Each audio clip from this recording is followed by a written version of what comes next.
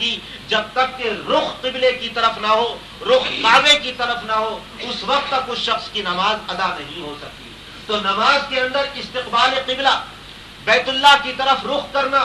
یہ تعظیم بیت اللہ ہے۔ جس طرح ایام حج کے اندر تعظیم بیت اللہ یہ ضروری ہے، اسی طرح نماز کے اندر بھی استقبال قبلہ ضروری ہے، اللہ کے گھر کی تعظیم اور احترام کرنا ضروری ہے۔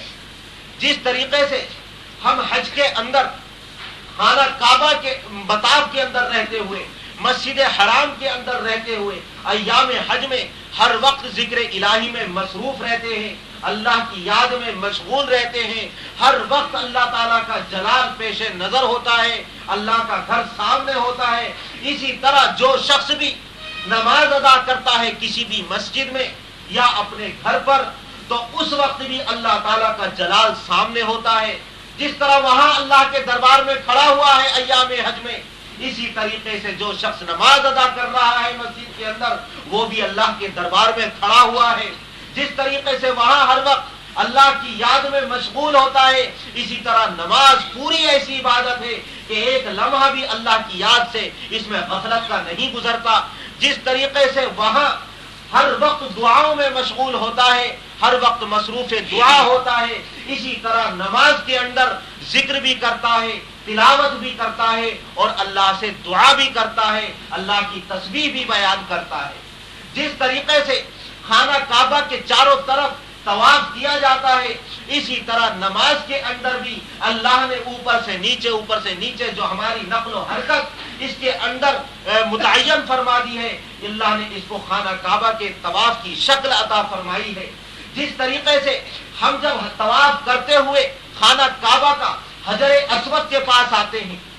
رکن یمانی سے گزر کر، اور پھر حجر اسود وہاں جو کوہ صفا سے بالکل سامنے ہے، جب کوہ صفا پر کھڑے ہو کر دیکھیں گے تو خانہ کعبہ نظر آئے گا اور اسی جانب حجر اسود ہے۔ جب طواف کر کر وہاں آئیں گے تو وہاں اپنے ہاتھوں کو اٹھائیں گے اور دور سے چومیں گے،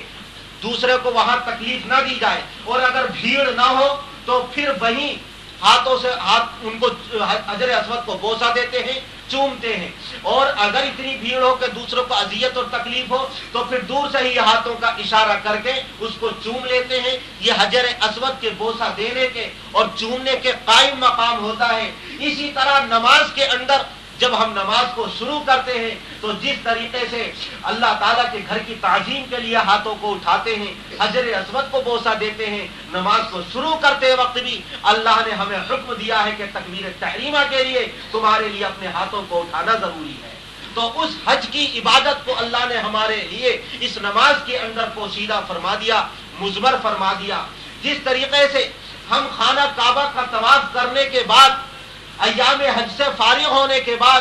آخر میں طواف زیارت کرتے ہیں اور پھر طواف وداع کرتے ہیں، طواف وداع سے پھر ہم کر کے رخصت ہوتے ہیں۔ اسی طریقے سے نماز کے اندر بھی رخصتی کی ایک علامت ہے، وہ یہ ہے کہ ہم سلام کرنے کے بعد نماز سے رخصت ہو جاتے ہیں۔ تو جیسے ایام حج سے فارغ ہونے کے بعد طواف وداع کرتے ہیں اور رخصتی چاہتے ہیں اللہ کے دربار سے، اسی طریقے سے نماز کے اندر ہم تمام ذکر و اذکار کرنے کے بعد، تمام ارکان اور افعال ادا کرنے کے بعد پھر ہم سلام کرتے ہیں اور پھر نماز سے فارغ ہو جاتے ہیں۔ اللہ کے دربار میں جو ہم نے حاضری دی ہے، اب ہم اللہ سے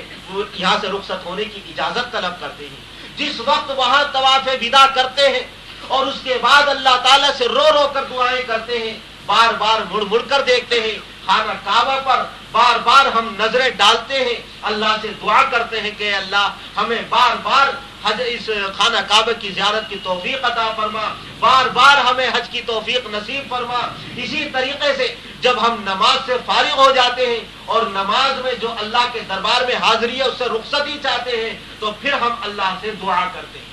اللہ سے اپنی دعائیں اور حاجتیں مانگتے ہیں۔ جس وقت جیسا کہ طواف وداع کرنے کے بعد ہم دعائیں کرتے ہیں اور اللہ کے دربار میں بار بار حاضری کی دعائیں مانگتے ہیں۔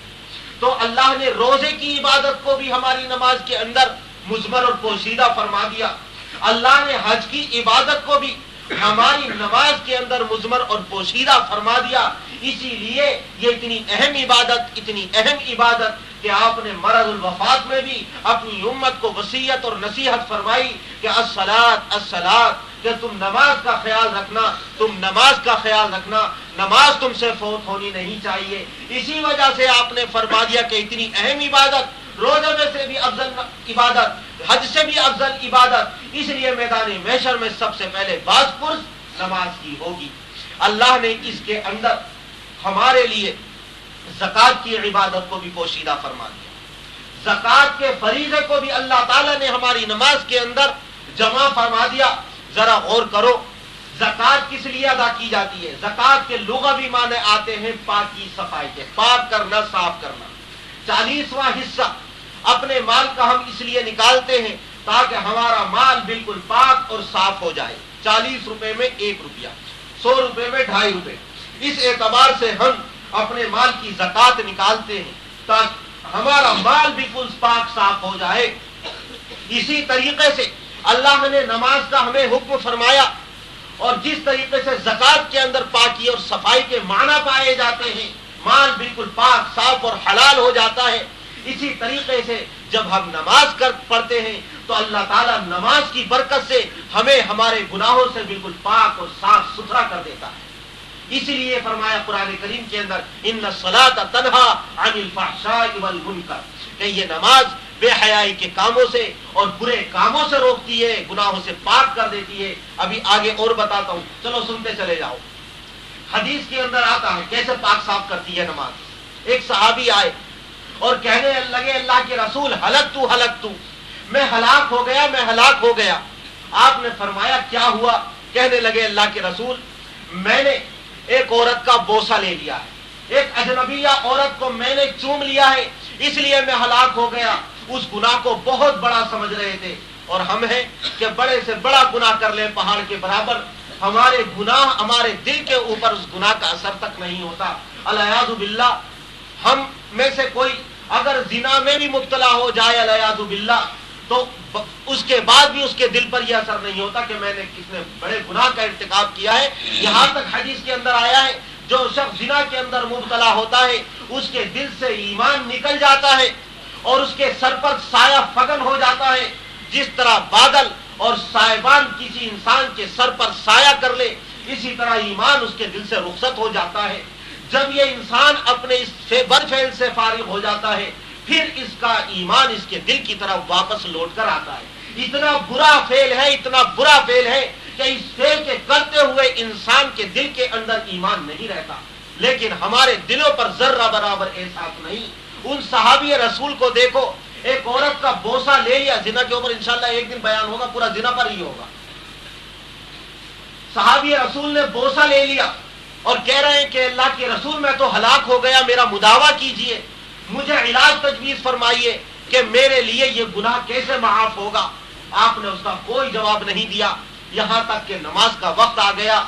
نماز ادا کی، اور اس کے بعد ان صحابی کو بلایا اور قرآن کریم کی وہ آیت جو نازل ہوئی تھی، اس آیت کو آپ نے ان صحابی کے سامنے تلاوت کر کے فرمایا۔ آپ نے فرمایا وَأَقِمِ الصَّلَاةَ طَرَفَيِ النَّهَارِ وَزُلَفًا مِّنَ اللَّيْلِ إِنَّ الْحَسَنَاتِ يُذْهِبْنَ السَّيِّئَاتِ، کہ تم دن کے دونوں کناروں کے اندر اور رات کی کچھ ساعتوں میں، رات کے حصوں میں نماز کو ادا کرو، اللہ ان نماز کی نیکیوں کی وجہ سے گناہوں کو معاف فرما دیتا ہے۔